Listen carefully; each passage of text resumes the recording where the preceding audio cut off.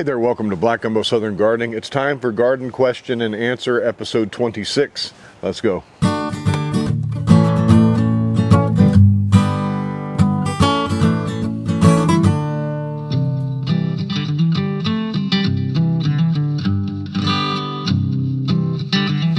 got my questions here on my phone. Nice list of them here that I've gathered out of the comment section. Our first question comes from Jennifer L. Roberts, and she says, is it too late to start carrots? She's in zone 9A. I'm sorry, she's in zone 8A. She's sure that it would be pushing it, or should she just wait for the fall garden? Well, carrots take anywhere between 55 and 100 days, depending on the variety, from seed to maturity. I've found that they take longer over the fall. I like to plant my carrots in the fall garden and let them overwinter because a frost can help the plant sweeten up or taste better. There's a scientific principle that is in action there. When the plant goes to protect itself from colder weather, it begins to basically build an antifreeze, and that's what causes things to taste better. But can you do in zone 8A? Probably so, yeah. If you get a carrot that they grow a little bit quicker when it's warm outside. The only problem is once it gets really hot, they want to bolt. They want to go and put on flowers, and then you don't have any roots. But I like to grow them over the winter. They get a better flavor that way. But can you grow them? Yes, you can. You can grow them in the spring. Lots of people do. Okay, the next question comes from The Hoop. The Hoop asks, if I tip, talking about these blackberry plants in my blackberry video, if I tip these plants, can I trim it diagonally and propagate a whole new plant from that trimming? Yes, there are a number of ways to propagate blackberries. They're actually really easy to grow. So let's say we tipped a little section of blackberry. You can just root that directly in soil and it might grow for you. You can also take this and put it in water. You can propagate by air layering.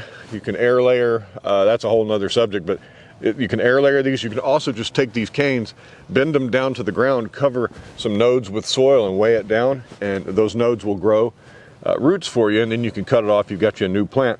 I don't need to propagate, but if I wanted to, I would just stick this down in the soil right there and see what happens. Water it, keep it well watered, see what happens. But I've got all these other plants coming up naturally from the roots that are spreading out, so I don't need to propagate. I don't need any more blackberry bushes right here. I actually have a stash of blackberry bushes on the side of my house that are a different variety, and so yeah, I've got a lot of blackberries. But you can grow these things real easily by taking your trimmings when you're pruning. You can take your trimmings and you can root them and propagate blackberries, give them away to your friends and family, plant them all over the neighborhood, whatever. But yeah, The Hoop, thanks for your question. You can propagate them. They're easy to multiply. Okay, the next question comes from Jarvis Richardson Photography, and they ask, good afternoon, Mr. Scott. I've been watching your channel and recently I have one question. How often do I need to water tomato plants if they are in raised beds? Well, that's a good question. Tomato plants like this one, they need to be irrigated regularly. Raised beds or in pots, the way you check is you come out and you dig down in the soil about up to your a finger's depth. If it's moist down in there, you don't need to water. If it's bone dry down there, I would suggest you water. Typically, if you're not able to do that, typically you would water. I typically water once every 3 days, and in the summertime I have to water at least every day, because in the summertime it's just brutal out here. So if I've got a tomato that bears through the heat, there are some varieties that will bear during the super heat. If I have those varieties, I would have to water every day. So yeah, just check with your finger and make sure that there's some moisture down in there. You don't want to overwater. Your plants will tell you if you're overwatering, and they'll change colors and they'll scream at you. They'll turn yellow. They'll start curling their leaves. But a healthy tomato plant like this, yeah, water it, every 3 days or so, or do the finger check in the soil. I don't have any tomatoes in my raised bed just yet. I will later this week. But the peppers will tell us the same. Let's just dig down a little bit. I can already feel moisture down there, and the soil kind of sticks together. But just do a test and see if your soil has moisture in it. These plants, they don't need soggy soil. They don't need soft and wet soil. They just need a little bit of moisture. Okay, our next question comes from CC, 5B Garden Zone. Cece says, hey Scott, in a future Q&A episode, could you explain what Scion wood is for grafting, in regards to grafting? Cece says, I can Google it, but it may be helpful for your viewers if you explain it. And how do you determine what's best for grafting? Let's talk about Scion wood.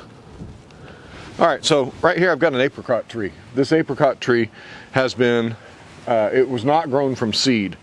This down here, you can see, let me bring you in so you can see, is a whole different tree.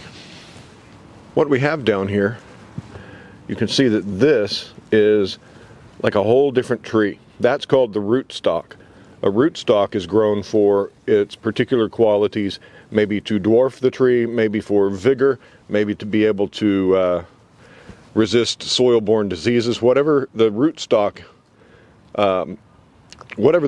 is, it's chosen because it has a sturdier chance at life than the tree variety that we're trying to grow. And so what this is, this rootstock was cut off right here, and you can see there's a branch was cut there. And into this rootstock was grafted this tree. This is the variety of tree we want. So what they'll do is they'll take a piece of wood from these trees. They'll take a little piece of wood that has some buds on it, and they will graft it into a rootstock. And that grafted wood is called the Scion wood, S-C-I-O-N. And that's the variety you want. That's the variety that grows above the graft union and gives you a nice tree. So if we wanted to propagate this particular apricot tree, this is a tropic gold apricot, I wouldn't grow it from the seed because, well, I'm not entirely sure that the seed would give me a strong rootstock like this particular rootstock. That's why trees are grafted. They're more successful on a strong rootstock. Let me show you some more graft unions. On this plum tree, you can see the rootstock here. There's the scar from the graft, and then this would have been the Scion wood that grew up into our early grande peach. This is a peach tree, not a plum tree. But there it is. There's another graft union. Scion wood gives you the variety you want. Rootstock gives you the underground vigor and the life that you want. And we're already getting Bermuda grass in here.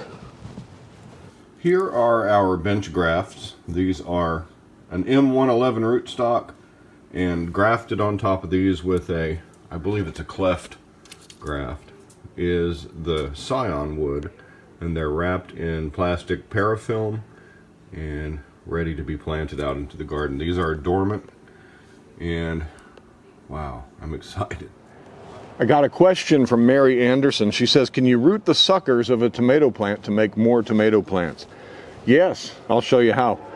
It's real easy. I've got this tomato plant here that really needs to be pruned. Let me make sure this is a determinate. So we don't really need to prune this, but for the sake of demonstration, I'll go ahead and prune a sucker out of here and show you. Let's find a nice big one. Now a sucker, let me bring you in close. Now a sucker is the part of the plant that grows in between the main vine and a leafing branch. So this is our main vine. Can you see that? That's a leafing branch, which I have accidentally chopped. And right in that kind of what I call the crotch, that's a sucker. And that sucker will make a whole new plant, if allowed to, a whole new main vine, so to speak. So they've got a sucker down here as well, small little sucker. And we've got this one here. We've got some larger ones down here in the bottom. In fact, I think I'm going to take this one down here. So there, we have a sucker. Now all you have to do is plant this, and all of these hairs have the potential to form roots. Let's go put this in some potting soil. It's as easy as taking some pre-moistened potting soil, and do use potting soil, something fine, so that this will have good contact with the soil. And I'm going to take that bottom leaf off because I'm going to bury it all the way up to that node. And we're just going to shove that in and pack that soil around our little new baby plant here. And this is how you can get a whole nother plant from your trimmings. Now this is already nice and moist because it's been out in the rain, so I don't have to really water that. But what I want to do is keep this out of direct sunlight maybe indirect sunlight, maybe a couple hours of sunlight during the day, because I don't want it to dry out. It's going to be struggling to form roots, and we don't want this to transpire all that moisture through these leaves because it's struggling to keep alive above the ground. We want it to root below the ground. After it's had about 3-4 weeks and you see that it's taken, it's growing, then you can plant this somewhere in your garden in a pot, and you got a whole new plant. Yes, tomato propagation is pretty easy. All right, I got a couple of good questions from Debbie Blankenship. These are soil questions, and I wanted to mention both of these questions. Debbie says, "Hi Scott, I'm new to gardening. I'm so new to gardening that I'm confused, as I've heard people talking about bags of soil containing gnats. She's got 2 raised beds and 3 tomato containers. What soil would be good for me to use? Do bags of soil really have gnats? What about that, and do I mix the soil with something else? I told you I was new." She also left another question on another video. She says, "Do I only put in a bag of potting soil in my raised garden bed and nothing else? No fertilizer, no anything?" All right, Debbie, let's talk about soil and get you straightened up on these things, because soil is the most important part. You've mentioned 2 things. You've mentioned raised beds and containers. Typically, you would use 2 different kinds of soils. In a raised bed, like this one right here, you want to find something that's called a raised bed mix. It's typically got a lot of organic material in it. It's light and fluffy. It drains well. Has some compost in it. In the bag, it's already in there. But it will be called a garden mix, or a raised bed mix, or a garden soil. Don't get topsoil. Anything that you want to put in your raised bed needs to drain well. And so garden soil or a garden mix is what you want. If you get your dirt from a dirt yard, if you buy your soil in a load like that, ask them, "Hey, I've got a raised bed, I need a garden mix." Garden mix will have organic material in it, like compost. It might have some wood chips in it, some pine chips in it. It might have some perlite mixed in there. Whatever it is, make sure that that is specifically for a garden, a raised bed, not a container, okay? Container soil, when you plant in a container, it's a little bit different. You could probably use the garden soil in a container, but for best success, look for something that says potting soil. On the bag, it will say potting soil, not garden mix. If you're going to put it in a small container, you want that container to drain quickly. You want it to be able to support your plants with retaining enough moisture that your plants can survive, but it also needs to drain quickly. So a potting mix typically has several components. Peat moss or coco coir. Peat moss is usually the bulk of it. A good potting mix will have some compost thrown in. It will have some perlite in there as well for aeration, and sometimes they'll have a little bit of other materials in there, like fertilizer, slow release stuff. But potting mix, it's different than garden soil. Potting mix also, if you get a good brand that already has some compost in it, no, you don't have to add anything else to that soil in your first growing year. You don't have to, but you can. But typically that stuff will grow your plants just fine in the first year. As far as your garden soil goes, when you have a raised bed, you want to amend that raised bed every year with some organic material. I like to use compost, just a top layer of compost. You want to use mulch on top of that as often as you can, because mulch will break down and also feed the soil. Your soil, after all, is the important part of the garden. Here's what I mean. A garden mix is going to be a little more dense than potting mix. Now, truth be told, a lot of the material in this raised bed is old potting soil. That's one thing you can do, is add your old potting soil to your garden bed. But down below here is what I filled this bed up with mostly was bagged garden mix. Comes under all different kinds of names. Here is an example of a commercial garden mix. This was provided to my neighbor. They had a bunch of it delivered, and that's what they call a garden mix. You can see it's got wood chips in it. Now it's got a little bit more wood chips than I like in a garden mix. That's gonna maybe bind up some resources in there, but that's pretty good stuff. It's got some topsoil in it, a little bit of sand, it's got some compost. It's dense. I wouldn't necessarily want to put this directly into a pot unless I amended this with some well-draining materials like peat moss or perlite. But that's what a garden mix typically looks like, that you would fill your raised beds with.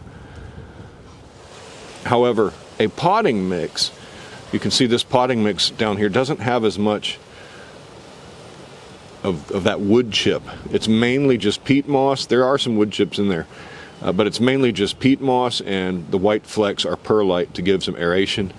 It's a finer material, it drains quicker. Yeah, so there is a difference. Just look on the bag. If you're filling a garden, get garden mix. If you're filling a pot, get potting mix. I realized, Debbie, I didn't answer your question about gnats. Gnats and bugs are going to naturally be in some potting soils. They try to sterilize them, doesn't always work, and you just get some annoying little gnats. No big deal, doesn't hurt the soil. It's just going to happen sometimes. All right, I got another question here from Dorothy Roush. I hope you said your name right, Dorothy. Hi, Scott. Can you do an updated video on the drip irrigation system? I have a video. It's right now. It's kind of taken off a bit because people are researching drip irrigation systems. I did this a couple years ago, but people want to know how it did, and so I told Dorothy I would put it in a Q&A. Well, here it is, my drip irrigation system that I set up 2 years ago, and it has these little emitters that would emit, and I laid these underneath the mulch. It has the connector, and it connects to my hose that I ran over there. And yeah, this whole system, they give you all this hose, and it was like cheap on Amazon. It's this no-name brand, cheap Chinese irrigation system. And did it work? Yes, it worked great. It comes with all kinds of options, different kind of emitter heads, different kind of little drip things, different connectors. But I used these little emitters. Did it work? Well, it worked like a charm. I was able to turn on my irrigation system once every day when it was really hot outside for about 15 minutes. And just at the base of all my Edox F1 tomato plants, they were in that middle bed. And I was able to keep those things going because they're a greenhouse variety tomato. They do best in a greenhouse, but I had them outside. It was also very, very hot, and that year I needed to water, but I could have done it by hand, but I just tried this little irrigation system. Did it hold together? Yes, it held together quite well. Nothing happened to the hoses. The sun did not damage anything. The emitters, I had to fiddle with them a little bit to get them all balanced out, you know, because the further down the line you go, you got to adjust your emitters so they're all putting out an equal amount of water. Was it worth it? It was a hassle to set up.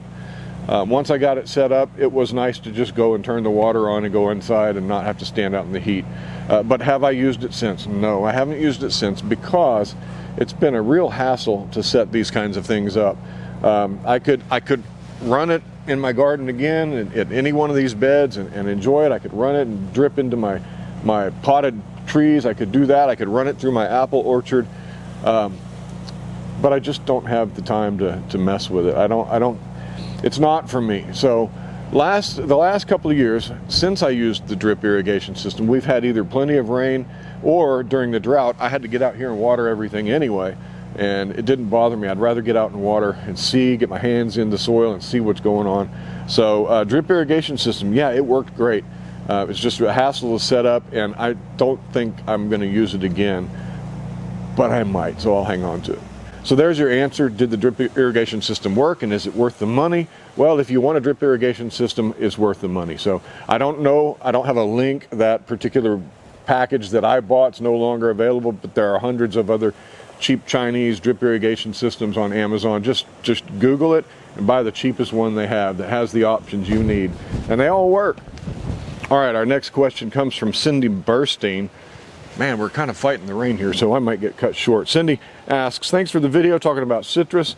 I wonder about the thorns on the citrus. I have memories of my dad planting his citrus seeds in buckets after he ate the fruit, and he used to get these thorny, weaponized plants. Can you clip the thorns on citrus?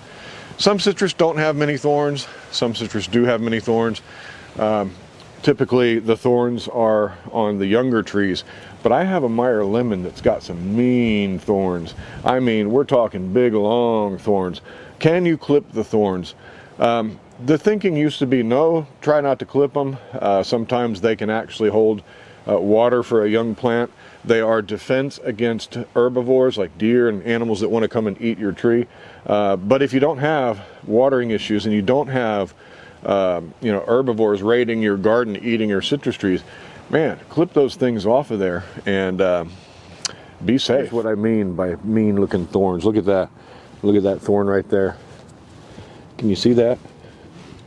That will put a whooping on you. And my dog, she comes around here, so I'm going to clip that thorn off and take it in and make sure it gets disposed of. You know that's going to hurt when it goes into your foot, so don't leave them laying around. You can actually clip these things right off of there, and it's not going to harm the tree. The tree will harm you if you leave them on. Trust me, I've been poked a number of times by these thorns. So I'm going to take some of these off. This particular tree, if you've watched any of my videos, you know that this tree has died back and is growing back from above the graft union. So we're going to have some Meyer lemons here, but yeah, get those thorns off. Well, there we go. Question and answer 26 in the bag. Thank you for your questions. If you'd like a question answered, just leave a comment on any of my videos. It's best not to send them to me as direct messages on Facebook or anything. Oftentimes I don't even look at those because I'm not on there that often. Plus, if you ask the question in the comment section on YouTube, then YouTube works as it's designed to. We all get to benefit from seeing the answer to your question. Somebody else who's an expert might be able to answer your question rather than me. They're in the comment section. So leave a comment. I read all your questions and I harvest the ones that I can answer. If I don't know the answer to it, I'm not going to pretend like I do. So, hey, thanks. We're going to be really getting down to business on planting some tomatoes in our garden beds and pruning some tomatoes. And we're also going to check and see if that propagated sucker is going to survive. So stick with us, subscribe if we've earned your subscription, like our videos, and we'll talk to you next time. Happy gardening.